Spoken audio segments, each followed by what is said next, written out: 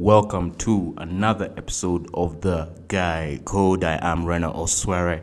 Now, guys, on this episode, we are going to talk about divorce in Kenya. I will share with you 10 facts we need to know about the rate and state of divorce in this country. All these facts were sourced from the Kenya National Bureau of Statistics, a report done by them, and you can find it on their website. I found it very resourceful.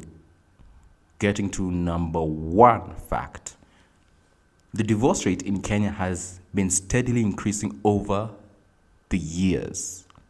And this is a pattern that was recorded from the beginning of the 1990s to our current day. The divorce rates have been steadily increasing, not as much as, of course, the Western world, but there has been significant increase, I believe, around 10-15%, right? I will get to the details of where and when these increments have been happening and across which particular demographics. Now, I would say I will attribute this to, of course, the increase in Western values, Western influence, and the attack on family values, right? Leading to vices like, infidelity, abuse, and, lack of integrity in marriage. Now, guys, on this episode, definitely I will keep both of us accountable when it comes to the men and the women, when it comes to this situation of divorce and the rate at which people are divorcing in this country. We are both accountable. We are both responsible for the state of affairs right now. Now, the fact that there is still a lot of domestic abuse, domestic violence, being still a significant reason why many of these separations and divorces happen is a very saddening situation whereby partners are dying at the hands of their husbands, wives are dying at the hands of their husbands, and men are still quite violent to their wives.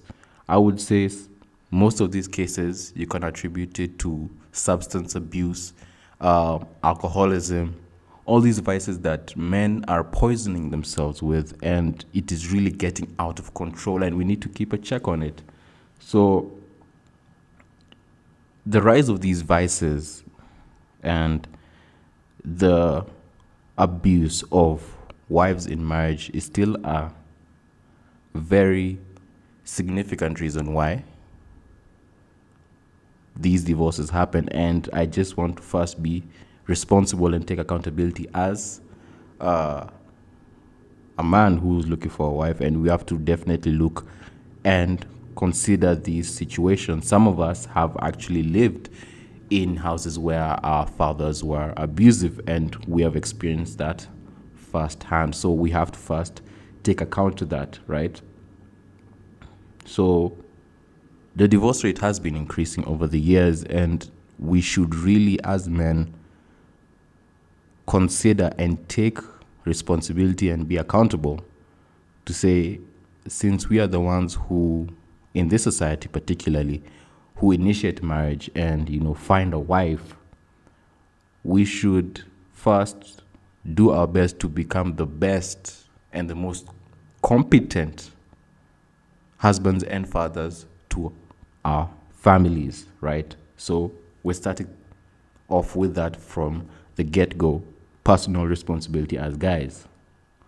Moving on, the second fact is approximately 1 in every 5 marriages in Kenya ends in divorce. 1 in every 5 marriages. That is concerning, guys. This fact of almost, for those who know, mathematics, that's about 20%. Of course, it's not as high as other countries. It could be way higher. But it's still quite significant for the society we lived in, and it's alarming, to say the least, because 1 in every 5 marriages, for most of us who live in a community where we live, generally, even residentially, you will find out that it is very rare nowadays to live in a complex, an apartment block, even an estate where there's not a single divorcee or separated individual. It is very rare, especially in the capital city we live in right now. It is very rare to live in an estate or residential area, or in fact, even be in a company where none of your colleagues have been separated. You know, it's a rare case, and it's quite concerning for us. So, guys, for those who are looking to really get into marriage and get into the marriage union, we need to see these are the odds we are stacked up against, the odds that are stacked up against us. It's quite something to consider, that yes, you have an 80% chance you'll be successful, but there's that 20% where you might be a statistic. So for those who are getting into the marriage union, you should definitely understand these are the odds as at right now. Will it improve? We hope so. That's why we're here. We're trying to help reduce these statistics. 1 in every 5 marriages. Number 3, in recent years, urban areas in Kenya have experienced a higher divorce rate compared to rural areas. Now, this goes to my first point, where I believe that in the rural areas, number one, there are a couple of things that factor in to the fact that the rural areas have longer lasting relationships compared to urban. Is number one, cultural influence, and how in upcountry the culture and the belief that surrounds the marriage union, the sacredness that surrounds that union, is still really upheld by the ones who grew up in that environment, So having that kind of cultural context and still very present in that environment and living in that environment and building a family in that environment, I believe that it is one of the reasons why marriages may last longer, because I believe, and most of you can attest, back in the village, it is very easy compared to the illustration I just mentioned before. All your neighbors have been in long-lasting relationships. So when you're having some marital issues, you can actually go to probably an uncle or a cousin who has been married for much longer to help you sort that out. There's always that mentality of that, hey, we can't sort this out. We are family. We need to stick together. By the time we decide to call it quits, it has to be something very, very dire, of course. Things like, assault on life and the risk of losing your life. But I believe that back in the rural areas, people still have a sense of community and they have a sense of responsibility. When one of them is going through marital issues, the whole community, or even, some of the elders or people who are highly regarded in the community who have had long-lasting marriages could be brought in and say, you know what, let's sort this out, Let's just not break the home just like that. Let's not just break the bomb, as you call it, just like that over this particular issue. Can it be sorted out? So whether they do it culturally, whether they do it through administration like the chief, I don't know how successful that has been so far. I've never been in that situation. But I think that is one of the reasons why in the rural areas it definitely has a higher success rate when it comes to marriage. Also, the sense of responsibility where all these individuals feel that we need to see happy marriages in our community because our children stay together, and we want to live in a society whereby they want a space and an environment whereby the children can grow up with the values and also have successful marriages in order to continue the pattern of success and build a strong community. So I believe that the sense of responsibility in the rural areas, it really has a lot to play compared to the city, whereby hearing divorces, hearing your neighbor is getting a divorce, you don't really get into it. In fact, sometimes even there are many individuals where you actually can hear domestic violence happening, at your neighbor's residence, and you just stay away, stay far away. And for most cases, I think it's the best thing to do and just call the authorities, because there are some incidences, unfortunately, where individuals who decided to come in and try and intervene have met their deaths. So back at home, back in the rural areas, there's definitely that sense of responsibility, that sense of the sacred union of marriage that is still upheld in that environment. Number 4, guys, the average age at which individuals get divorced in Kenya is around 30 to 40 years old. Now, this is when we get to break down this particular point, number 4. Let me repeat it.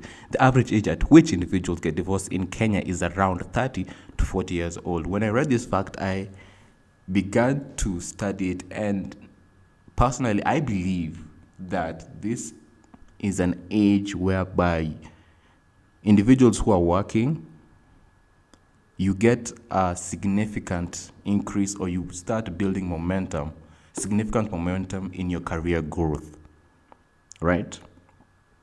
Your career is growing, you have more responsibilities, maybe you still have a young family, you're still trying to balance this.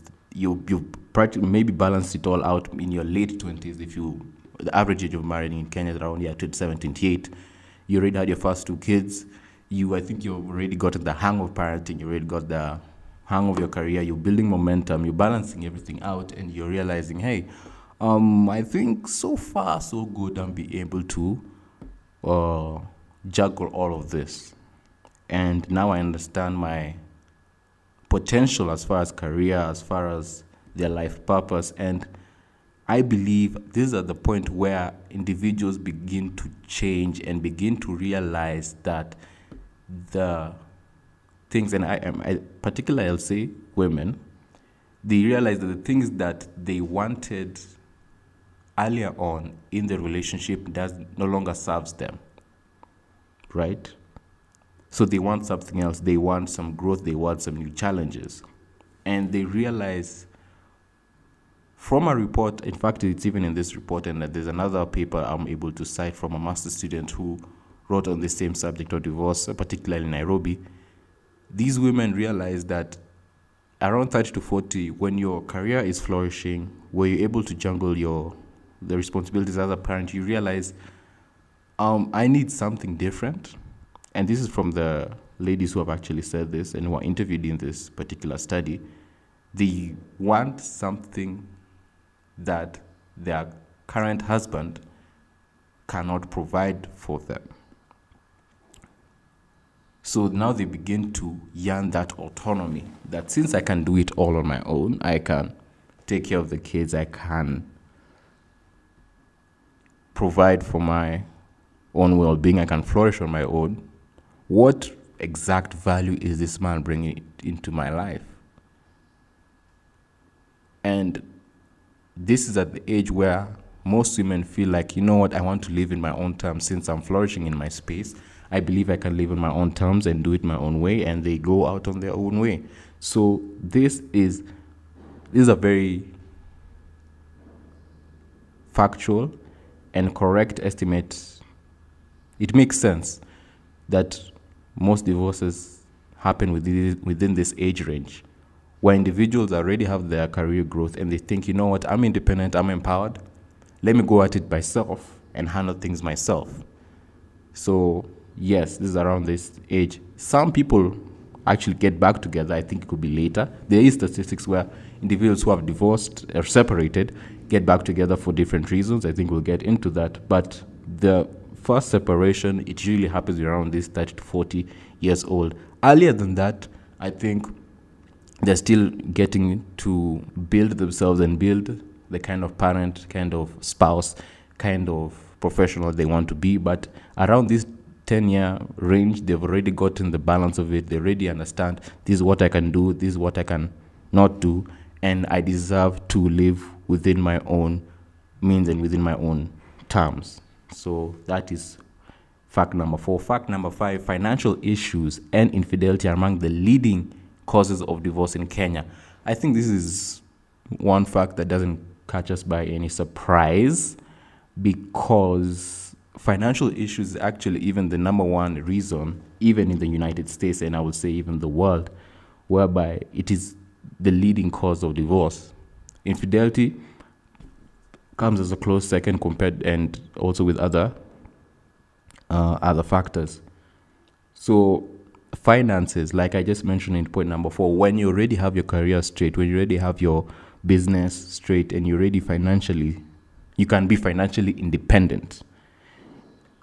Many cases, the lady will realize, okay, this man is not going around, or maybe does not have the same quote unquote ambition that I have, and doesn't have the same drive that I have to achieve where I want to be in life, right? When you have that momentum of your career and you see you flourishing, and you're like, okay, what's my potential now? I'm seeing like you're breaking every ceiling back to back. You reach 40, you're like, this partner that I'm with, this husband that I'm with, I don't think he'll be in a position to take me to the next level, because for some reason he might be unambitious according to the lady. So the financial issues comes in, like, okay, how come you're not making as much, or you're not driven to make as much as me, or as much as I think you should make, you know? So the financial issues is definitely a core reason why many of these divorces happen. Infidelity, of course, can happen. I think infidelity, now that causes ties in with the domestic abuse, domestic assault, where the cheating partners, and cases where ladies have said, oh, my husband even used to bring other women here, and it is crazy, and I just had to live with it, and if she mentioned something about it, she was beaten up. So I think this is the point number 2 of infidelity that causes the break in relationship. But the first point of financial issues ties in with number 4 very well, whereby when you're career independent, where you're financially independent, the lady thinks, you know what, I don't need this man. He's not able to take me to the next level that I want to be. So I might as well just break from this relationship, take my kids, and level up. Point number 6, women initiate a significant number of divorces in Kenya, challenging the traditional notion that men are more likely to seek divorce. And this actually, it's so far, these 6 points,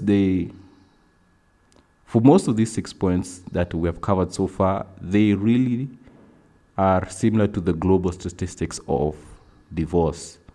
Yes, I would believe that women initiate a significant amount of divorces in Kenya, because generally, from the stories I've heard and the experiences I've seen, it's usually the man who seeks out to get his wife back, I think men, when it reaches the point where you understand your life purpose, you get to a point where you just don't want to include just anyone in your life, and you don't have time for those kind of games, to just have women walking in and out of your life. It is really painstaking. It takes a lot of time, and you're like, the lady that I'm used to so far, I'd rather just stick with her. And even when the guy is toxic, he still wants to get the lady back, because it's a lot of effort, as they say in Nairobi, kurudi soko, to just get back to the streets and get someone else. And if that doesn't work, you have to try again. And especially if you're in a point where, as a man within that 30 to 40 year age range, you're already established, you already have things you want to do. You don't really have time to, be in the field like you are in 21 when you had nothing to lose. You have a couple of responsibilities right now. You have a couple of goals. You have a lot to lose, and you don't just want to involve anyone in this particular stage in your life. So it makes sense where women initiate a significant amount of divorces in the country, because they may feel that their potential is already thriving, and they feel that in that case, they will have a higher chance of growth without their current partner and find another one, or be in a position to stay single for a while and just be the quote unquote the best version of themselves. So it makes sense that women initiate a significant number of divorces in the country. Number 7, the duration of marriages before divorce in Kenya varies, but the majority of divorces occur within the first 10 years of marriage. This also ties in with the point number 4 and the fact that the average age of marriage in Kenya is around 27, 28. So within the first 10 years of marriage, that's around 38, 39. Most of the divorcees are around that age. And yeah, I would say, like we said, around the 30 to 40-year-old age gap where most of these divorces are in. And this is quite concerning as well, because I believe that maybe just 15 years ago, everyone used to make fun of Hollywood that, in Hollywood, marriages don't last over more than 10 years, and that was crazy. Like, you can't stay 10 years, to keep your vows to someone. And right now we're already in that stage whereby it is becoming more and more common that a decade is enough for individuals to realize that they can no longer stay together. And nothing can keep them together. So it is quite the sad situation. And I was considering also, within the first 10 years, it means that on average, the children are still quite young. Because, of course, that a number of couples in Kenya, by the time they get to formalize their marriage, they already have maybe 1 or 2 kids. So still, the children may be not even in their preteen age, and they're witnessing this, split, and they might have to now grow up in such a setting whereby, one kid is, one weekend you stay with your father, another weekend you stay with your mother.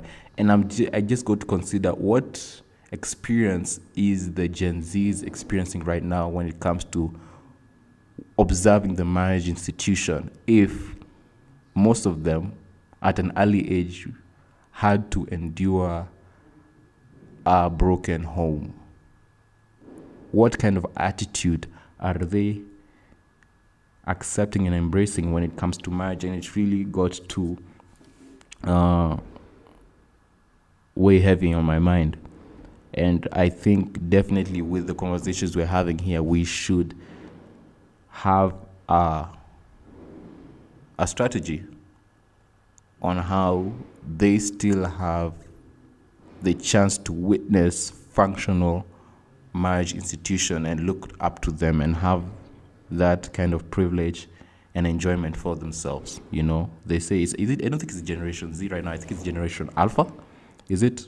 The current one, the really young ones, the Generation Alpha. You can correct me if I'm wrong. So yeah, the first 10 years of marriage is where most of the divorces in this country happen.